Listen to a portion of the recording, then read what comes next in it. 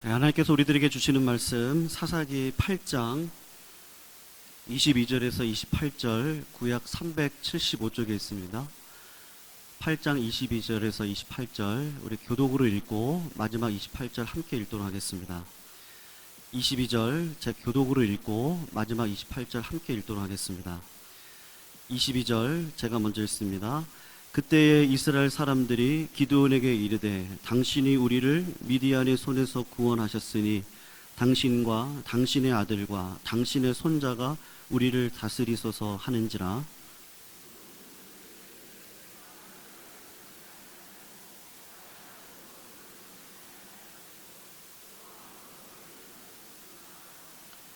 기드온이 또 그들에게 이르되 내가 너희에게 요청할 일이 있으니 너희는 각기 발 탈취한 귀걸이를 내게 줄지니라 하였으니 이는 그들이 이스마엘 사람들이므로 금 귀걸이가 있었음이라.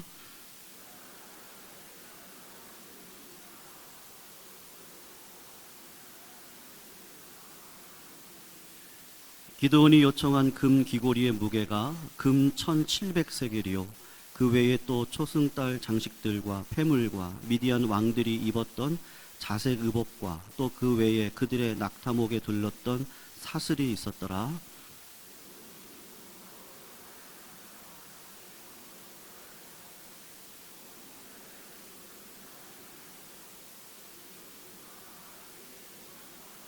같이 읽습니다. 미디안이 이스라엘 자손 앞에 복종하여 다시는 그 머리를 들지 못하였으므로 기드온이 사는 40년 동안 그 땅이 평온하였더라. 아멘. 우리 한 번 더 기도하고 주님의 말씀 듣겠습니다. 하나님 아버지, 참으로 오늘도 우리의 마음을 감동시켜 주님께 감사하며 기뻐하는 영혼들이 이 자리에 모이게 하심을 정말로 감사합니다. 오늘도 말씀이 우리의 마음을 또 새롭게 하며 소망 있게 하며 주님이 얼마나 우리를 사랑하는가를 깨닫는 말씀 될 수 있어 이 말씀을 통하여 이 세상에 나가 승리할 수 있는 은혜와 능력도 허락하여 주시옵소서. 전하는 자 부족한 마음을 가지고 주 앞에 섰사오니 오직 주의 능력, 주의 성령이 인도하시며 붙들어 주시옵소서. 예수 그리스도 이름으로 기도합나이다. 아멘. 제가 예전에 그 리더십에 관한 책을 보다가 2차 대전에 대한 이야기를 읽게 되었습니다. 그때 영국의 2차 대전 영웅이었던 윈스턴 처칠 수상에 대한 재미있는 이야기를 읽게 되었는데요. 여러분에게 잠깐 소개하도록 하죠.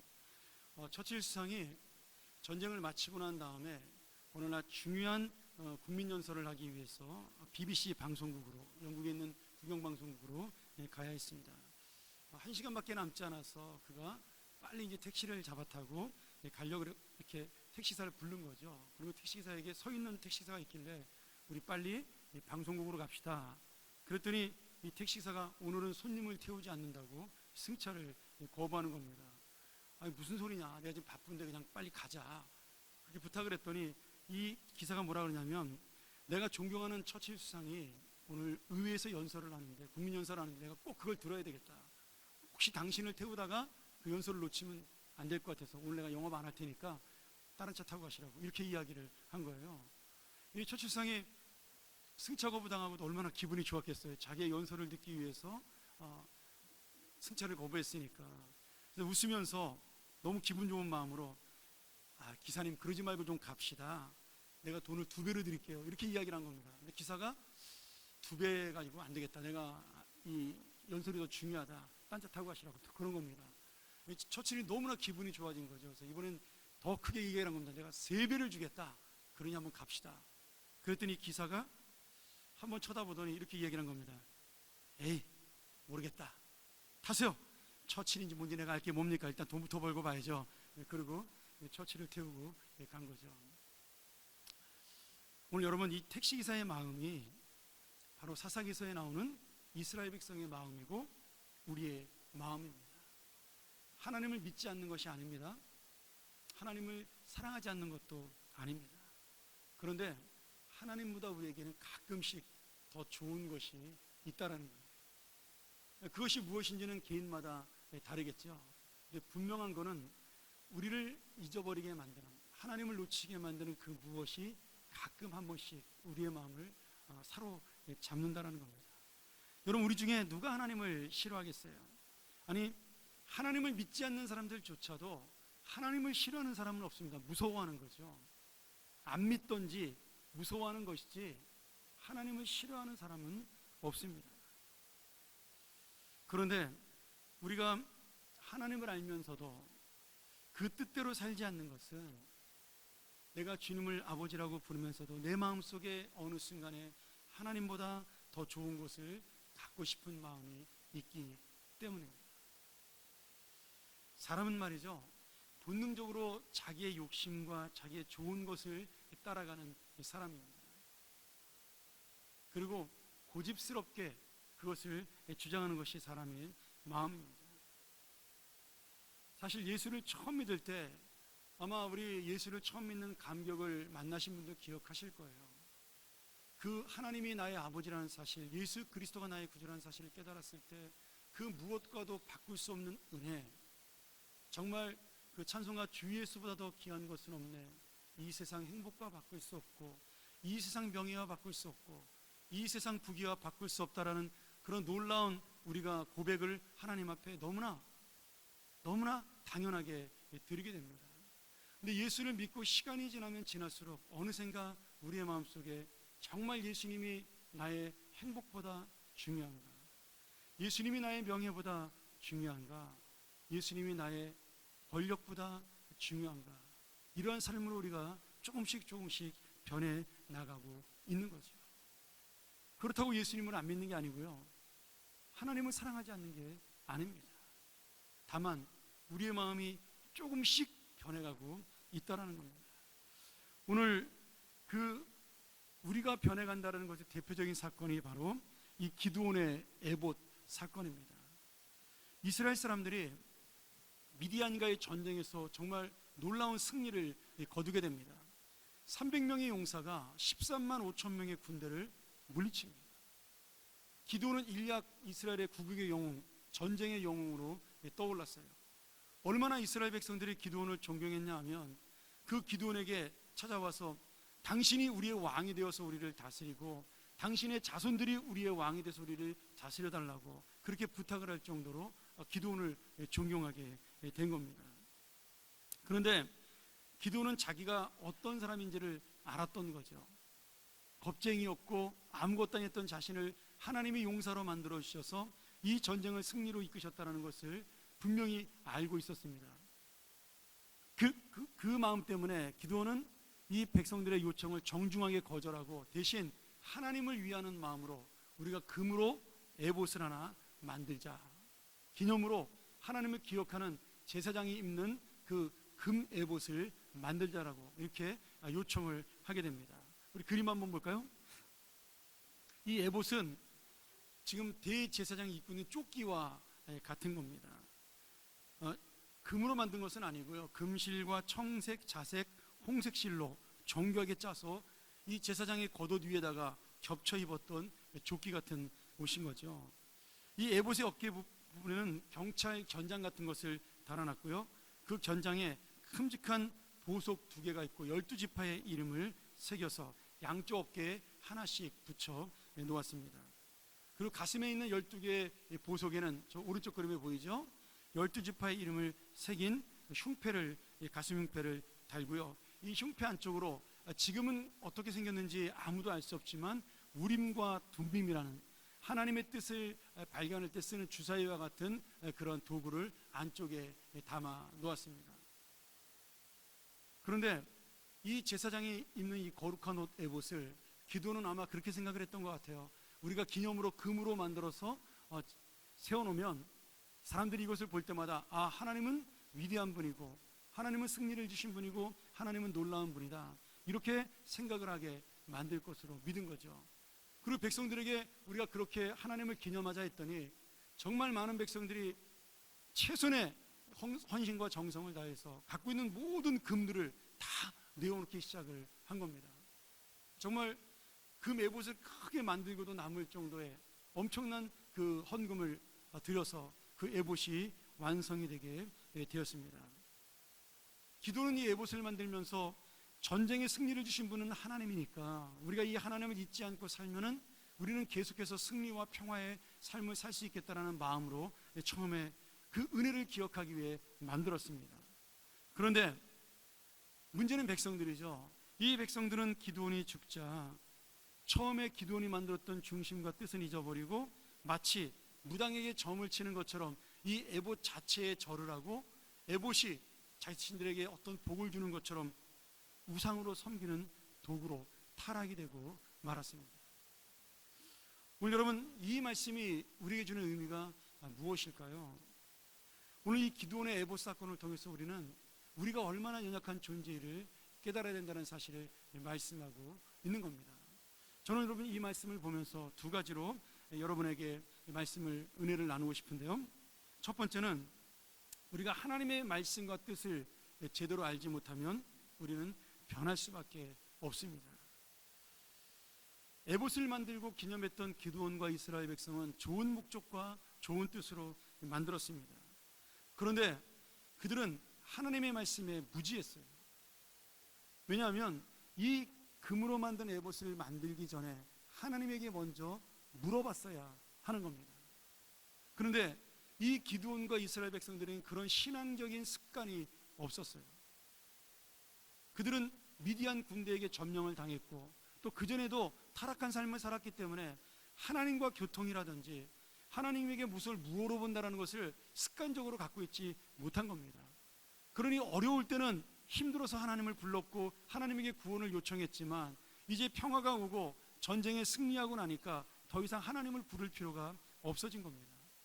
그러니 하나님을 기념하는 이 금 에봇을, 제사장의 이 금 에봇을 만들면서도 그들은 하나님에게 물어보거나 하나님의 뜻을 구하지 않고 자기들의 생각대로 만든 겁니다. 기드온은 잘하려고 했습니다. 기드온이 나쁜 사람이 아니잖아요. 근데 기드온이 했던 것은 자기 신앙의 수준에서 하나님을 잘 섬기려고 한 것이 문제였습니다. 여러분, 제가 여러분에게 일주일에 한 번 주일 예배로 만족하지 말고 이건 너무나 당연한 거잖아요. 우리가 하나님 앞에 드리는 영광스러운 하나님께 온전히 올려드릴 경배와 찬양의 시간입니다. 그런데 내가 하나님을 만나야 될 특별한 시간이 사실은 우리가 일주일에 뭐 매일 하면 좋겠지만 최소한 한 번 이상은 필요합니다. 그래서 우리 믿음의 선조들이 만든 것이 뭐냐면 수요 기도회라는 겁니다. 그리고 이제 수요 기도회가 말씀 중심으로 바뀌면서 다시 만든 것이 뭐냐면 금요 기도회라는 거예요. 이 금요 기도회를 통해서 하나님과 교통하자는 거죠. 우리가 일주일 동안에 말씀을 가지고 살지만 내가 하나님의 뜻을 묻고 하나님의 뜻이 무엇인지를 아는 그런 기도의 깊은 시간을 갖는 것이 금요 기도회입니다. 어쩌면 내가 주일날 하루 나와서 예배드리고 그것으로 만족하는 삶이라면 오늘 이스라엘 백성들처럼 그냥 정기적으로 내가 어려울 때 하나님을 찾는 것과 별반 다를 것이 없습니다. 여러분, 제가 왜 날마다 말씀을 강조하고 기도를 강조할까요? 우리는 그렇게 날마다 말씀을 강조하고 기도를 강조해도 조금만 방심하면 변하는 것이 우리의 감정이요 믿음이기 때문입니다. 저 역시 마찬가지예요. 제가 날마다 새벽에 와서 기도하고 하나님의 말씀으로 큐티책을 보지만 어느 순간에 나도 모르게 인간적인 생각이 들어오고 인간적인 감정이 들어오면 나도 모르게 분노할 때도 있고 교만할 때도 있고 또 나의 생각으로 넘어질 때도 있다라는 거예요. 그러니 여러분, 우리가 하나님 앞에 정기적으로 나오는 것, 간절하게 부탁드리는 것, 여러분 어떻게든지 내가 이 스스로 기도할 수 없는 능력을 갖고 있으니까 이 무능력을 이기기 위하여 내가 금요일날 하루 나와서 하나님 앞에 그 짧은 시간 함께 뜨겁게 기도하는 것, 그것이야말로 여러분이 하나님과 교통하는 살길입니다. 기드온이 지금 무지했기 때문에, 이스라엘의 지도자이긴 하지만 무지했기 때문에, 이스라엘 백성이 너무나 하나님의 뜻을 모르고 살았기 때문에 이렇게 어리석게 전쟁의 기념품으로 하나님이 원하지 않는 금 에봇을 만들어 경배하게 된 것입니다. 오늘 여러분, 사사기에 두 가지의 큰 교훈이 있어요. 하나는 뭐냐면 하나님은 왕이신데 이스라엘 백성이 자신이 왕으로 살고 있다는 겁니다. 사사기서 보면 왕이 없는 시대잖아요. 그러니까 지금 너희가 하나님의 뜻대로 살기 위해서는 하나님을 왕으로 섬겨라. 그렇게 해서 하나님이 주신 것이 사사입니다. 그리고 이 사사 시대가 끝난 다음에 하나님이 진짜 왕을 세웁니다. 여러분, 그 왕이 이 사사기의 훈련을 받은 거죠. 말씀으로. 아, 내가 진짜 왕이 아니라 누가 왕이에요? 하나님이 왕이구나. 하나님만이 나의 왕이구나. 그 사실을 깨닫게 만드는 것이 이스라엘 구약의 역사서입니다. 그러니까 이 사사기의 가장 큰 교훈은 뭐냐? 내가 하나님이 왕이 되셔서 나를 인도하시는 삶을 살지 못했던 이스라엘을 보고 깨달으라는 거예요. 우리의 삶 속의 왕은 누구냐는 것을 배우는 겁니다. 두 번째는 사사기서에 신앙의 교육이 자손들에게 흘러가지 못했다라는 겁니다. 그래서 이스라엘 백성은 점점 하나님의 말씀 앞에 무지해 갑니다. 얼마나 무지해 가냐 하면 나중에 입다라는 사사는 전쟁을 할 때 내가 전쟁에 승리하고 돌아오면 제일 첫 번째로 나를 마중나러 오는 사람을 하나님께 제물로 바치겠다 그랬어요. 그리고 이게 말도 안 되는 서원이잖아요. 하나님이 사람을 제물로 받습니까? 우상이나 몰렉이나 이런 악한 우상들이 받는 제물이죠. 근데 하나님을 모르니까 그런 어리석은 약속을 합니다. 그리고 자기 딸을 바치잖아요. 또 삼손은요, 자기 힘의 근원이 어디 있다고 생각을 해요? 머리카락이 있다고 생각을 합니다. 아닙니다. 삼손의 힘의 근원은 머리카락에 있는 게 아니라 하나님을 의지하는 성결한 마음에 있는 겁니다. 하나님이 그를 나시리로 세운 그 거룩한 사람이기 때문에 능력이 나타난 거였어요. 그런데 그것을 깨닫지 못하고 온갖 더러운 것을 만지고 더러운 일을 행하게 됩니다. 또 모세의 손자는요, 이름도 나오지 않죠. 요나단이라고 나오던가요? 게르손의 아들. 이 모세의 손자는 그 22장을 넘어가면서 개인의 제사장이 돼, 먹고 살 게 없으니까 개인의 제사장이 돼가지고 미가라는 사람의 월급쟁이로 취직을 해서 거기서 월급을 받고 개인의 제사장 역할을 합니다. 그냥 제사만 지내면 된다고 생각을 하는 거예요. 그냥 예배만 드리면 된다고 생각을 하는 겁니다. 이것이 사사시대에 흐르는 하나님의 교훈이에요. 그런 사사시대의 사람들을 하나님이 너희는 그러면 이것을 보고 어떻게 할 것이냐 우리에게 전해주고 있는 겁니다. 제가 제 개인적인 얘기를 좀 여러분에게 죄송하지만 이 말씀을 위해서 해야 될 것 같습니다. 제가 어린 시절에 저희 아버지가 일찍 돌아가신 다음에 어머니가 사업에 뛰어들었어요. 저희 집이 굉장히 잘 살았습니다. 근데 어머니가 이제 아버지가 없이 아이들 넷을 키우려고 그러니까 이제 돈이, 그때는 예수 안 믿으셨으니까 돈이 힘이셨던 거예요. 그래서 사업에 돈을 벌려고 무지하게 애를 쓰셨습니다. 뭐 결국 하나님이 막으셔서 8번을 망하게 하셔서 결국은 완전히 빈털터리가 되었지만 하여튼 저희 어머니가 열심히 노력한 것만은 사실입니다. 근데 문제는 뭐냐면 저희 집에 딸 셋에 아들 하나에 제가 막내였는데 제가 초등학교 들어가면서부터 저희 어머니가 저랑 같이 살지를 못했어요. 돈을 벌러 나가셔야 되니까, 사업하셔야 되니까 집에 못 들어오고 매일 공장이나 사무실에서 지내신 겁니다. 그 가까운 곳에 방을 얻고 저는 누나들하고 같이 자취하거나 아니면 가끔 할머니에게 맡겨주고 뭐 이렇게 살았습니다. 근데 어머니가 2주에 한 번씩 저한테 와서 용돈을 주고 항상 저를 달랬어요.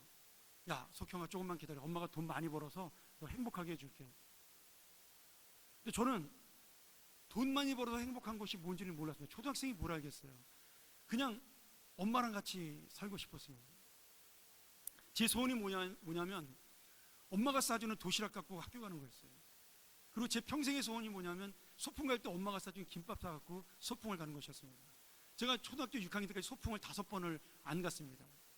김밥 사줄 사람이 없으니까 창피해서 안 간 거예요. 학교를 결석했습니다.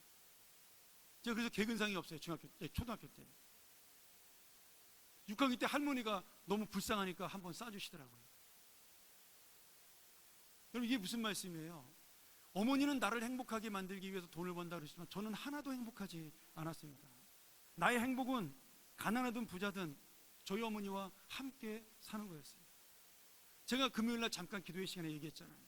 제가 가장 행복했던 것은 우리 어머니가 완전히 망해서 빈털터리가 된 다음에 중풍으로 쓰러져서 반신불수가 돼서 조금 예수 믿고 회복이 된 다음에 그때 처음으로 저하고 같이 살게 되었습니다.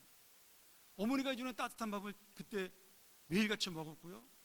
반찬 하나도 없이 김치찌개 하나 넣고 밥 먹은 적이 대다수였지만 그때 쌀이 없어서 저희가 대박으로 외상으로 쌀을 사다 먹고 어쨌든 라면 끓여 먹은 적도 있던 그런 가난한 시절이었어요. 그런데 저는 학교 갔다 집에 돌아와서 어머니가 집에 있는 것, 어머니가 그 아랫목에 전기밥통도 없으니까 돈이 없어서 아랫목에 그 놋주발에 따뜻하게 해줬던 그 아랫목에 보리밥, 그리고 김치찌개 하나, 그것이 제 인생에 가장 행복했던, 지금도 그때를 생각하면 가장 행복했던 시절 중에 하나라고 생각이 됩니다. 여러분, 이게 무슨 말씀이에요? 어머니의 행복과 어머니의 소원과 나의 소원과 나의 행복은 다르다라는 거예요. 여러분, 하나님이 우리에게 원하시는 것은요, 멋진 금 예봇을 만들어 놓고 경배하는 것이 아니라는 거예요. 우리가 하나님의 말씀을 바로 알지 못하고 내가 하나님의 뜻을 바로 알지 못하면 나는 내가 원하는 것으로 잔뜩 해놓고 하나님 내가 이렇게 했으니까 내가 잘했죠, 나에게 복 주세요라고 말할 수밖에 없는 이 기드온의 신앙이 되고 이스라엘 백성의 신앙이 된다라는 겁니다. 오늘 여러분, 우리들의 신앙은 어떨까요? 다 하나님을 사랑한다고 이야기합니다. 그리고 성경에 하나님 원하시는 뜻과는 상관없이 살면서 열심히 종교 생활을 하는 거죠. 여러분, 예수는 종교가 아니잖아요. 우리의 삶이잖아요. 주일날 하루 나와 예배하는 것이 우리의 예수 믿는 것이 아니라 내 인생 전체를 하나님이 지배하는 삶을 사는 것, 내 삶과 가정과 직장과 그리고 모든 삶을 통하여 하나님의 은혜를 내가 누리고 사는 것이 바로 그것이 신앙 생활입니다. 근데 우리는 스스로 주일 하루만 신앙이라고 여기는 때가 많습니다. 그래서 주일날 열심히 종교 생활을 하고 예배를 드리고 기도하고 헌금하고 봉사합니다. 그런데 하나님이 원하는 대로가 아니라 내가 좋아하는 대로 하는 겁니다. 하나님의 소원을 이루는 것이 아니라 내 감정의 기쁨을 누리기 위해서 한다라는 거예요. 오늘 여러분, 변질이라는 것이 무엇일까요? 바로 이 두려운 모습인 겁니다. 우리의 열심이 식지 않았지만, 하나님을 모르는 믿음도 내가 달라지지 않았지만, 그러나 어느 순간에 나도 모르게 하나님이 원하는 것이 아닌 내가 원하는 대로 살아가는 것이 바로 변질된 신앙입니다. 예수님의 제자들이 그렇습니다. 예수님과 3년 동안 살았지만, 그리고 말씀도 듣고 같이 밥도 먹고 모든 것을 보았어요. 어떤 때는 함께 능력을 행하기도 하고 기적을 매일 바라보면서 살았습니다. 그런데 그들은 자신들이 정말 예수님을 사랑하는 줄 알았는데, 예수님이 자기들의 생각과 달리 높은 왕이 되지 아니하고 십자가에 달리는 죄인이 되자 예수님을 버리고 전부 다 도망가 버리고 말았습니다. 모든 사람이 주님을 버려도 나는 버리지 않을 것이라고 당당하게 고백했던 베드로는 예수님을 3번이나 부인하고 부끄러워 통곡하는 인생이 되었습니다. 제가 이 말씀을 보다가 누가복음 23장 34절을 제가 생각을 했습니다. 제가 한번 읽어보죠. 이에 예수께서 이르시되 아버지, 저들을 사하여 주옵소서, 자기들이 하는 것을 알지 못함이니이다 하시더라. 누가복음 23장의 이 말씀은 예수님이 십자가에 돌아가시면서 지금 수많은 사람들이 자기에게 비난하고 조롱하고 모욕하는 걸 보면서 저들이 몰라서 그러는 거니까 용서해달라고 주님이 그렇게 기도하는 장면이죠. 근데 저는 이 말씀이 그 앞에 십자가의 앞에 있는 조롱하는 사람들뿐만 아니라 저는 예수님이 깊이 제자들을 생각하면서 하신 기도라고 확신했어요.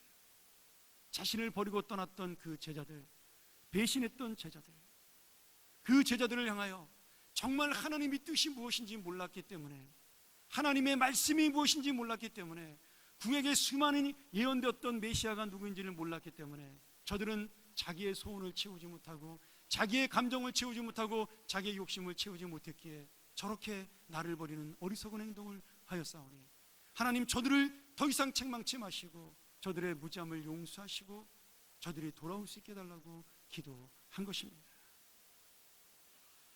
예수님의 마음을 몰랐기 때문에, 하나님의 뜻을 몰랐기 때문에 제자들은 3년 동안 예수님을 쫓았지만 그들의 사랑은 변했고 그들의 믿음은 떨어졌습니다.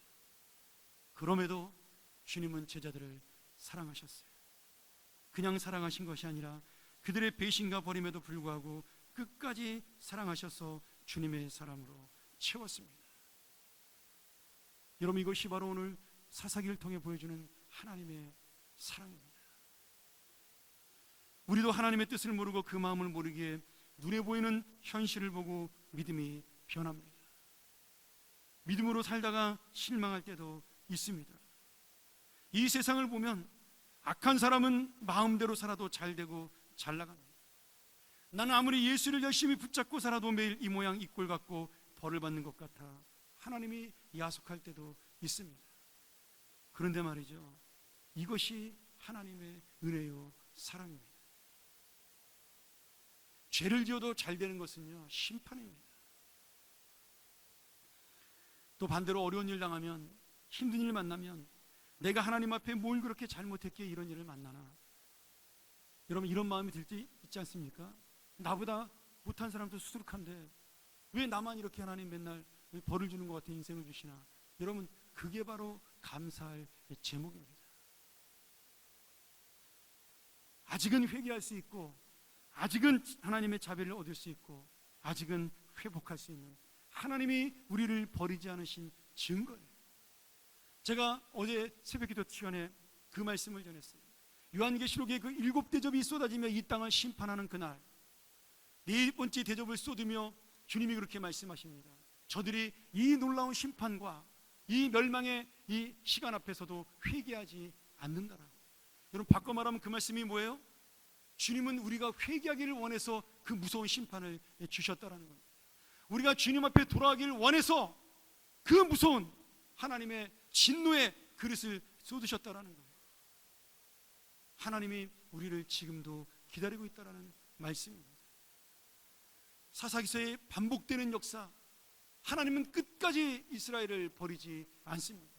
또 범죄하고 또 범죄하고 또 내 마음대로 살기를 원하고 또 나태하고, 하나님을 향하여 희생하고 헌신하기보다는 내 것을 채우기 급급했던 그들의 신앙임에도 불구하고 하나님은 끝까지 그들을 붙잡으시며 그들을 하나님의 사람으로 세우기 위하여, 심지어는 룻기서에 가면 룻이라는 모압 여인을 통해서도 하나님의 그 놀라운 능력을 보여주므로 나만 믿으면 이렇게 모압 여인도 이방 여인도 왕의 조상이 되고 예수님의 조상이 되는데 너희는 왜 나를 붙들지 않느냐라고 하나님은 간곡하게 우리에게 외치고 계신 겁니다. 사랑하는 여러분, 오늘 아직도 우리에 대한 사랑과 기대는 남아 있습니다. 그것을 깨닫는 것이 믿음이에요. 사사기서의 수많은 사사들은 엄청난 업적을 이루고 승리를 이루고 이 땅을 떠나서도 이것을 깨닫지 못했습니다. 그래서 그들의 인생은 살아있는 동안만 성공했어요. 그들이 죽고 나면 또 실패하고, 그들이 죽고 나면 또 타락하고, 그들이 죽고 나면 또 범죄하는 그러한 안타까운 인생의 연속이었습니다. 오늘도 우리는 연약하고 부족해서 날마다 내 눈에 보이는 에봇을 만들며 살아갑니다. 그러면서 우리의 믿음은 변하고 우리의 사랑은 식지만 신실하신 하나님은 변하지 않고 우리를 사랑하시기에 내가 다시 한번 이 하나님의 은혜를 붙들고 살아갑니다.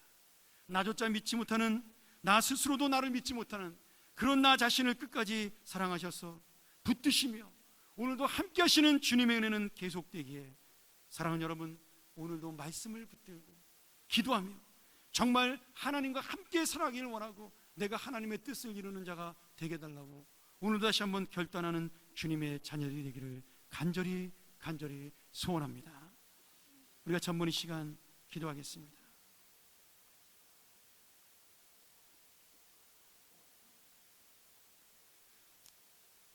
우리는 항상 하나님의 사랑을 이용하는 어리석은 사람들입니다. 근데 하나님은 이용당해 주시죠. 우리를 사랑하시기 때문입니다. 오늘 여러분, 우리가 이 하나님의 사랑 앞에 다시 한번 깨달음이 있기를 소원합니다.